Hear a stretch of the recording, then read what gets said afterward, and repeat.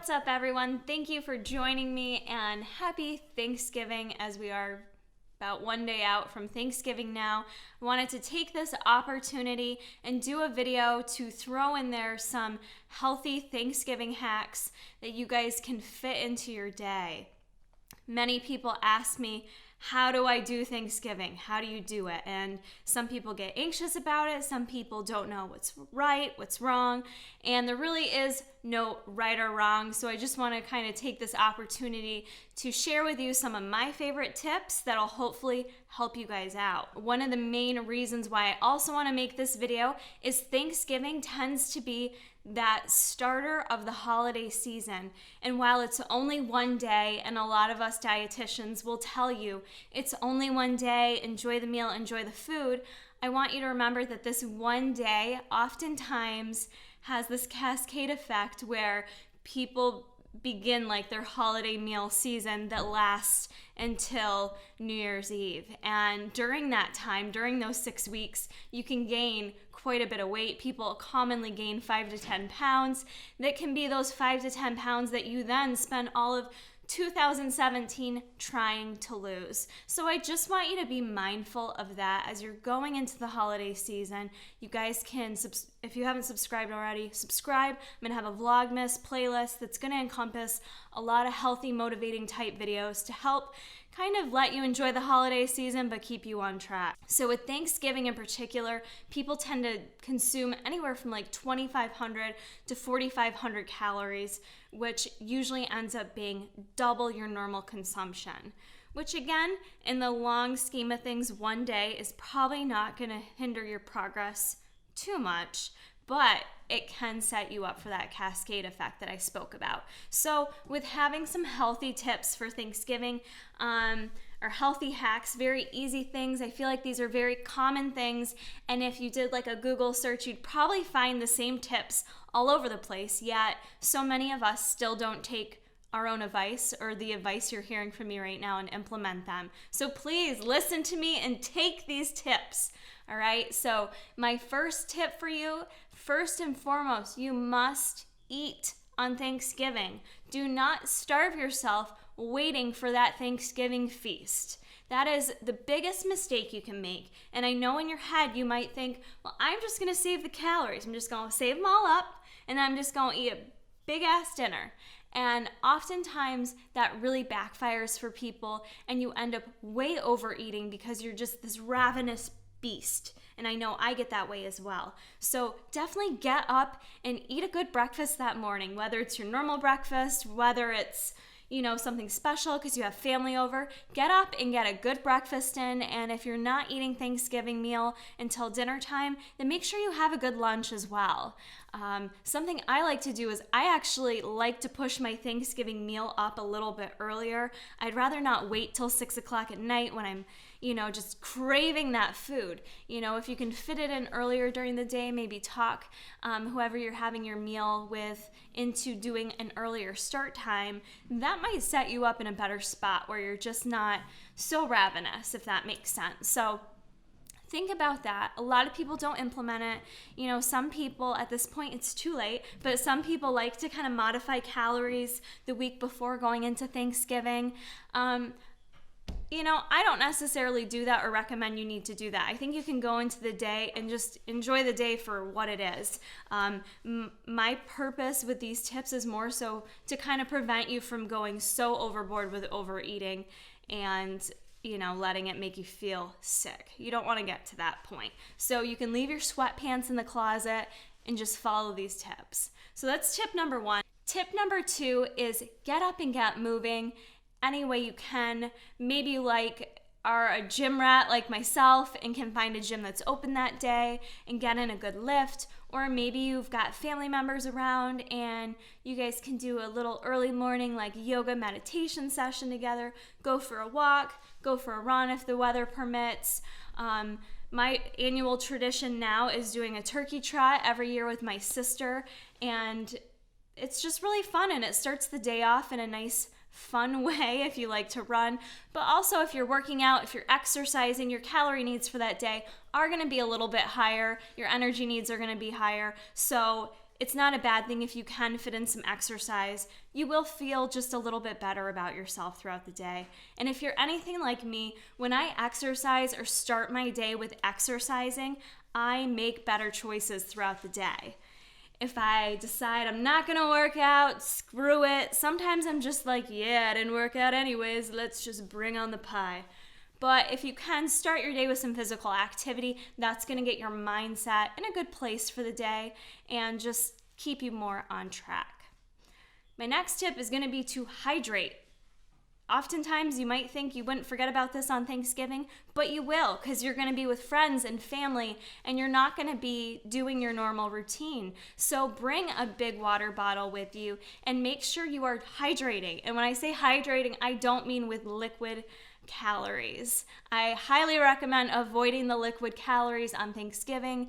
If you're a foodie and would prefer your calories coming from food, I don't suggest this being the day that you decide to get wasted or drink tons of wine or juice or eggnog. I don't even like eggnog. I think it's gross, but some people do, and it's very caloric. So if you're someone that wants those beverages, you kind of have to find that balance there. I prefer food calories over beverage calories. So pick your poison there and, do what you enjoy in terms of that. But make sure you're staying hydrated throughout the day. Drinking lots of water is going to help you to still feel somewhat satisfied. If you're super dehydrated and not drinking enough, you could disguise that for hunger when you're actually not hungry. Last thing you want to do is think you're hungry with a room full of snacks. That's going to set you up for failure.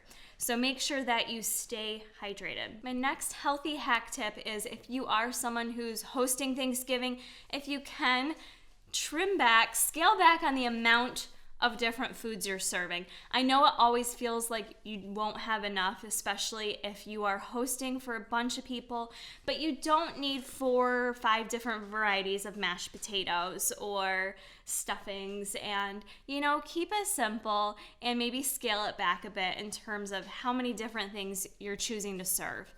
And with all those recipes, you can make healthier versions, with things like stuffing and cranberry sauce. Making those homemade can be super easy. It allows you more control over what ingredients you're putting into it in terms of how much sodium, how much fat, how much sugar, and those aren't hard items to prep on your own. So even just going the homemade route may spare you some calories in that regard. My next tip for you is in terms of how to choose the foods you're gonna eat on Thanksgiving. Had a lot of people ask me, what do I eat? What should I not eat? And to me, and I think a lot of dietitians would agree, I don't feel any foods are off limit on Thanksgiving. I feel like there can be a nice balance of eating healthy options and also having a nice taste of some of the things that you're craving. Thanksgiving really shouldn't be the last supper, the last time you're gonna eat a good meal. You can eat those foods all year round, so don't treat it like you're never gonna be able to eat a piece of turkey again or a piece of pie. But what I suggest you do in terms of actually setting up your plate, and you may want to first look at how big of a plate you're using, because there's a lot of studies that support the bigger bowl or plate that you use, the more food you're going to take and put on your plate, the more food you're going to consume. But if you start with a smaller plate, you're going to put less food on it and probably feel satisfied quicker. So if you can, reach for a smaller plate, maybe your grandma's china from the 1970s that's a little bit smaller in size, since we continue to supersize everything. And look at your plate, and you want to fill half of it with veggies. So Thanksgiving is an easy day to have lots of vegetables prepared and different options. So fill half of your plate with all the vegetables that you want. Do a quarter of your plate with your turkey or whatever protein it is you're having for the day, and then do the other quarter of your plate with those fun things that you want a taste of. Now, yes, I'm talking about a small quarter that maybe you're putting your mashed potatoes and your stuffing and your sweet potato casserole, etc. But really, in order to feel satisfied, you don't have to have a giant scoop of everything, which is why you need to eat throughout the day so you're not feeling ravenous. Your eyes will be bigger than your stomach. But if you just want a little taste of all those little things, totally fine, but make a fit on that one plate and just take a little taste. Take a little couple, just a small scoop where you're just having a couple bites to get the taste. And odds are you are going to feel satisfied from that and not restricted.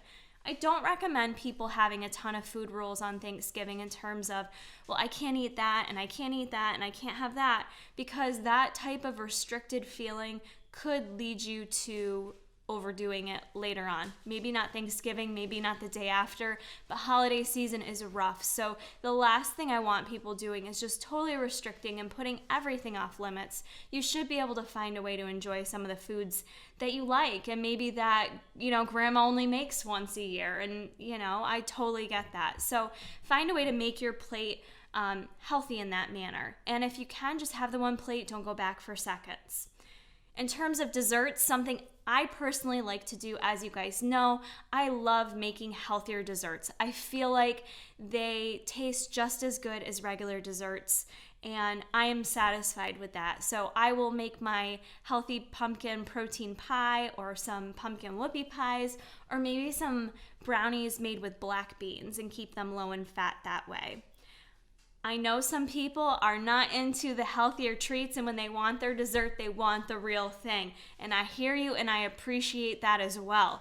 So if that's the case and you just want the real dessert, then when you go to have your dessert, couple options here. Maybe with all your dessert options, you choose one thing that really stands out to you. Like, I really want to have that big piece of pumpkin pie. Cool. Have that one piece and just let it be that one piece, instead of having an entire array of 5 or 6 different types of pies. And maybe on the pumpkin pie, you choose to skip the whipped cream, because right there, that saves you quite a bit of calories and fat. So those are some options there.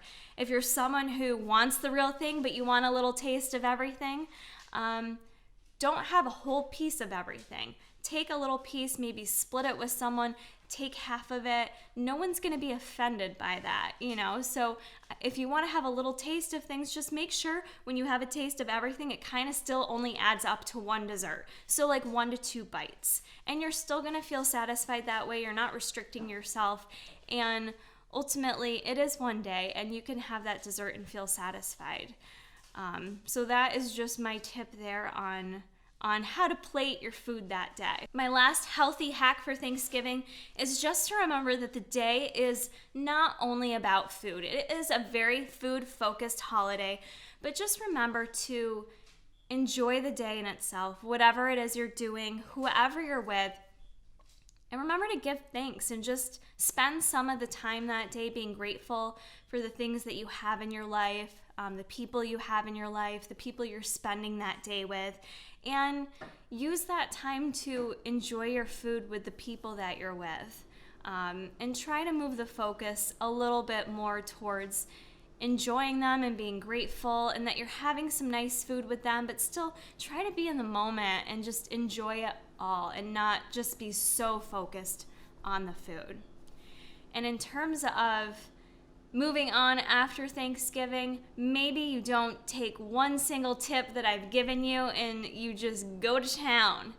The day after, don't sit there and be guilty of it. Don't feel guilty. Don't sit there and just be like, well, screw it, I'm just gonna dig into leftovers. Own it. That's what I did. That's what I chose to do, and today is a new day. And go about the next day, start it with some healthy habits. I'd recommend the same things.